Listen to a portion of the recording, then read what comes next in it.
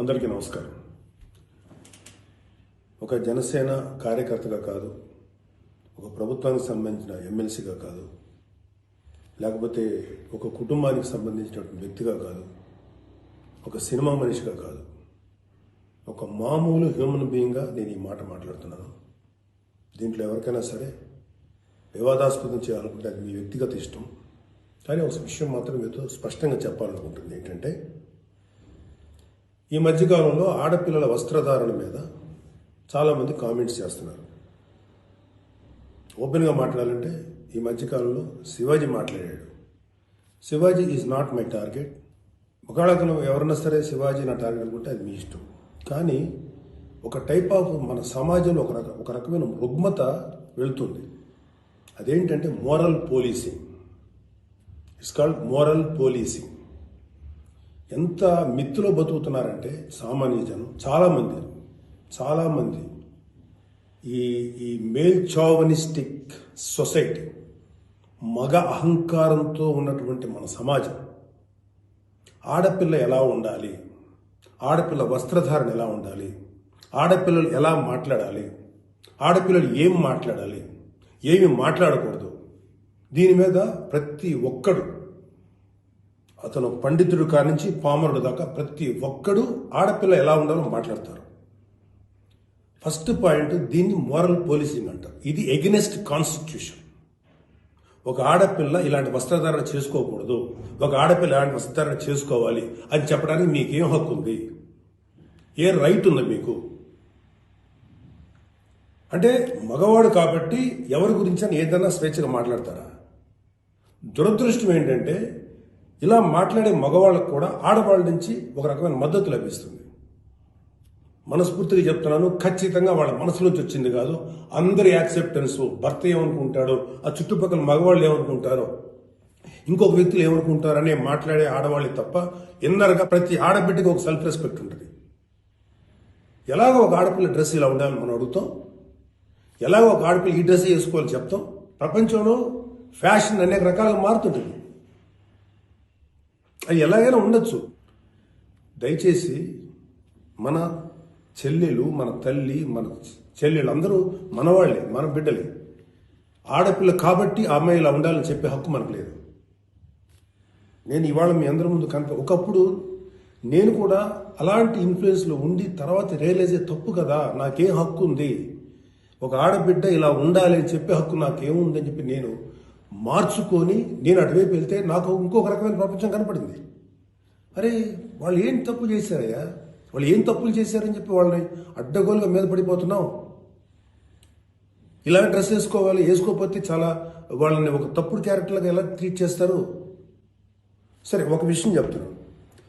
ప్రపంచవ్యాప్తంగా ఉన్న విషయం ఏంటంటే, ఆడపిల్లల మీద జరిగేటువంటి అట్రాసిటీస్ వాళ్ళు వేసుకున్న వస్త్రధారణ మీద కాదు, మగవాడి యొక్క క్రూరత్వం, మగవాడి యొక్క బలం, పశుబలం, వీటి మీద దీనికి తగ్గట్టుగా వాడి పశుబలానికి, వాడి క్రూరత్వానికి తగ్గట్టుగా ఆడపిల్లలు బలైపోతారు తప్ప ఏ ఆడపిల్ల కూడా వస్త్రధారణ మీద అవ్వలేదు. ఇది మిత్. మీరు కావాలంటే ఏ ఛానల్లను చూడండి, ఏ యూట్యూబ్లను కొట్టండి, లేకపోతే ఏ గూగుల్లోనే వెతకండి, చరిత్ర చూసుకోండి.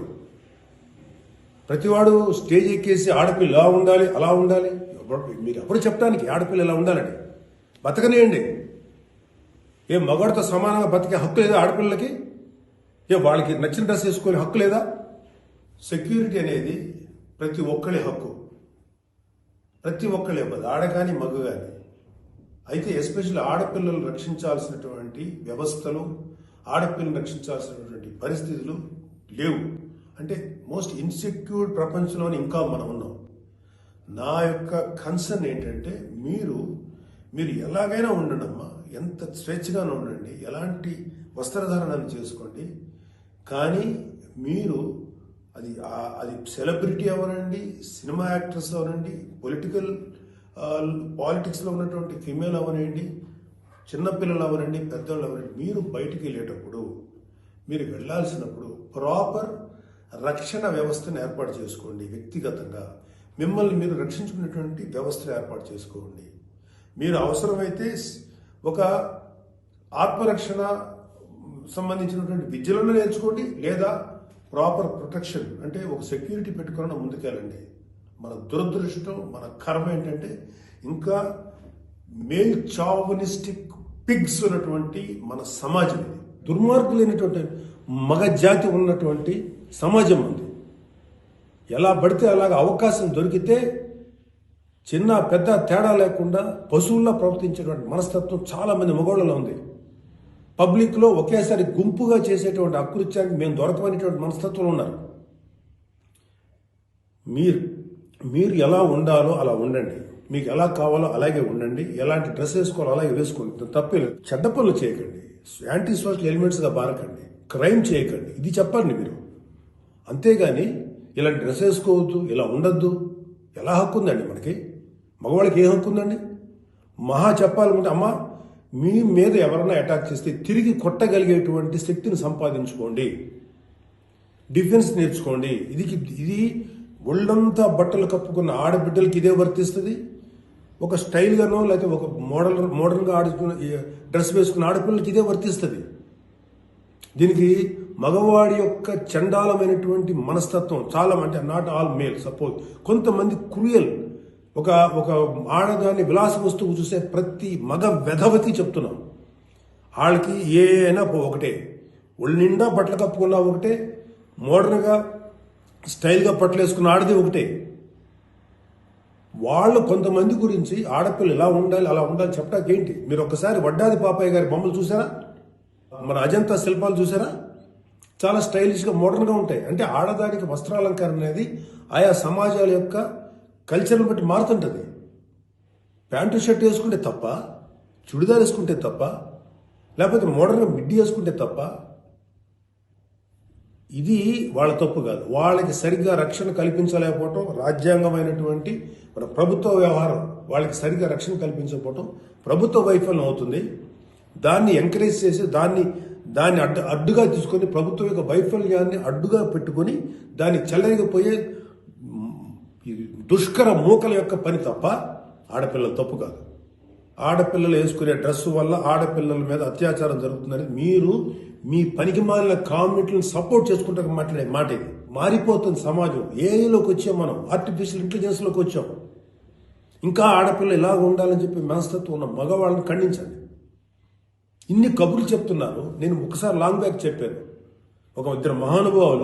ముగ్గురు మహానుభావులు మాట్లాడిన మాటలు చెప్పాను. వాళ్ళు ఇలాగే కామెంట్ చేశారు. అప్పుడు వాళ్ళకి ఆన్సర్ చెప్పారు. ఇప్పుడు మళ్ళీ చెప్తున్నా, ఆడదాన్ని అవమానించిన ఏ ఒక్కడు కూడా బాగుపడలేదు. మన పురాణాల ప్రకారం ద్రౌపదిని నడి సభలో అవమానించిన ప్రతి కౌరవుడు సర్వనాశనం అయిపోయాడు, ఇంక్లూడింగ్ భీష్మాచార్యుడు, ద్రోణాచార్యుడితో సహా. ఇప్పుడు నేను మాట్లాడినాక నాకు 100 కామెంట్లు పెడతారు మీరు, నాకు తెలుసు. అయినా నేను నా వాయిస్ ఓపెన్ చేయకపోతే తప్పు చేసినాను అవుతాను. చాలా మంది ఆడబిడ్డలు వాళ్ళు ఎన్ని బాధలు పడి ఎంత చేసి ఇలా ముందుకు వస్తున్నారు. వాళ్ళకున్న వ్యక్తిగత సమస్యలు ఉంటాయి. ఒక ఆడపిల్లకి సంబంధించినటువంటి ఎన్నో రకాల ఇష్యూస్ ఉంటాయి. అటన్నింటినీ కాదనుకుని సమాజం గురించి బతుకుతున్నారు. ఐఏఎస్లు అవుతున్నారు, ఐపీఎస్లు అవుతున్నారు, లేకపోతే పెద్ద పెద్ద పొజిషన్స్లో ఉన్నారు, సినిమా ఇండస్ట్రీలో ఉన్నారు, లేకపోతే క్రియేటివ్ ఇండస్ట్రీలో ఉన్నారు, పెద్ద పెద్ద వ్యాపార సంస్థలో ఉన్నారు. ఆడదాన్ని గౌరవించిన ప్రతి ఒక్కరు గొప్పోడయ్యాడు. గొప్ప గురించి కూడా మాట్లాడండి, రెస్పెక్ట్ ఇవ్వండి అయ్యా మా తోటి ఆడపిల్లలకి. మహా అయితే మీరేం చెప్పాలి ఆడపిల్లలకి? అమ్మ మిమ్మల్ని మీరు ప్రొటెక్ట్ చేసుకునేటువంటి స్థితిలో ఉండండి, మిమ్మల్ని మీరు రక్షించుకోండి, లేదా రక్షణగా మనుషులను తీసుకెళ్ళండి, ఏదో ఒకటి చేయండి.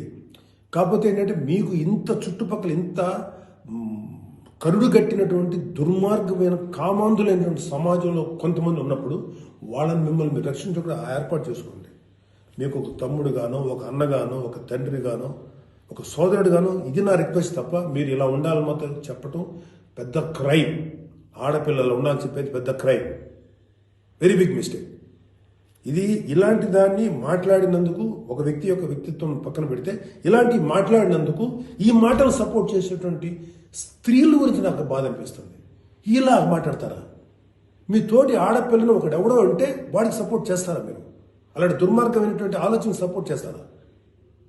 కమాన్, మా బయటకు వచ్చి ఓపెన్ చేయండి, మీ మౌత్, మీ వాయిస్ ఓపెన్ చేయండి, ఫైట్. ఈ చాదస్తపు మెంటాలిటీ ఉన్నటువంటి మగ వెధవులకి ఇలాంటి ఆలోచించే సన్నాసులకి, అలాగే ఇలాగా దాన్ని సపోర్ట్ చేసే పిచ్చి వాళ్ళు ఆడవాళ్ళు, ఆ మగవాళ్ళ యొక్క అణిచివేతకు గురైతున్న ఆడవాళ్ళు మాట్లాడే మాటలకి మీరు ఎదురించి మాట్లాడమ్మా. Please come and voice out. ఎంతసేపటికి సమాజంలో ఇలాగా ఆడబిడ్డలు విక్టిమ్స్ అయిపోయారు, ఎన్ని రకాలుగా అవమానించబడుతున్నారు, హింస చేయబడుతున్నారు, హింస పెట్టబడుతున్నారు. వాళ్ళని మీరు సపోర్ట్ చేయాలి. వాళ్ళని సపోర్ట్ చేయకుండా వాళ్ళ మీద అట్రాసిటీస్ చేసే వాళ్ళని సపోర్ట్ చేస్తారేంటి? ఆడబిడ్డలు కదా, ఎవరైతే నష్టపోయారో వాళ్ళు కదా మీరు సపోర్ట్ చేయాలి. ఒక మాల్లో ఒక ఆడబిడ్డ మీద అవమానించిన ఆ మగాళ్ళని కెమెరాలో పట్టుకొని ఎవడెవడో ఎరగదీసి, మధ్యలో ఎరగదీసి చెప్పుతో సెంటర్లో కొట్టుకుంటూ తీసుకెళ్ళాలి కదా. అది కదా మీరు చేయాల్సిన పని. వాళ్ళని అడగాలి కదా, వాళ్ళని శిక్షణ చెప్పాలి కదా. నువ్వు జాగ్రత్తగా ఉండు. ఎంత జాగ్రత్తగా ఉండాలి? ఎందుకు ఉండాలి? ప్రతిసారి ఎప్పుడు విక్టిమ్ అయిపోయిన ఆడబిడ్డల మీదే మీరు క్రైమ్ నేరం మోపుతుంటే, వాళ్ళే తప్పు అంటుంటే అంటే పర్లేదు, ఆడబిడ్డల మీద క్రైమ్ చేసిన తప్పలేదు, వాళ్ళు జాగ్రత్తగా ఉండాలి, మగవాళ్ళు మాత్రం ఏమనకూడదా? వాళ్ళకి చెప్పండి. దుర్మార్గం చేసిన ఆడబిడ్డల మీద దుర్మార్గం చేసిన మగవేదలు చెప్పు తీసుకుంటే మాట్లాడండి మీరు దమ్ముంటే. అంతేగాని ఎవరైతే నష్టపోయారో వాళ్ళను అనకండి. ఆ స్థానంలో మన బిడ్డలుంటే ఎంత బాధపడుతుందో అది ఆలోచించండి.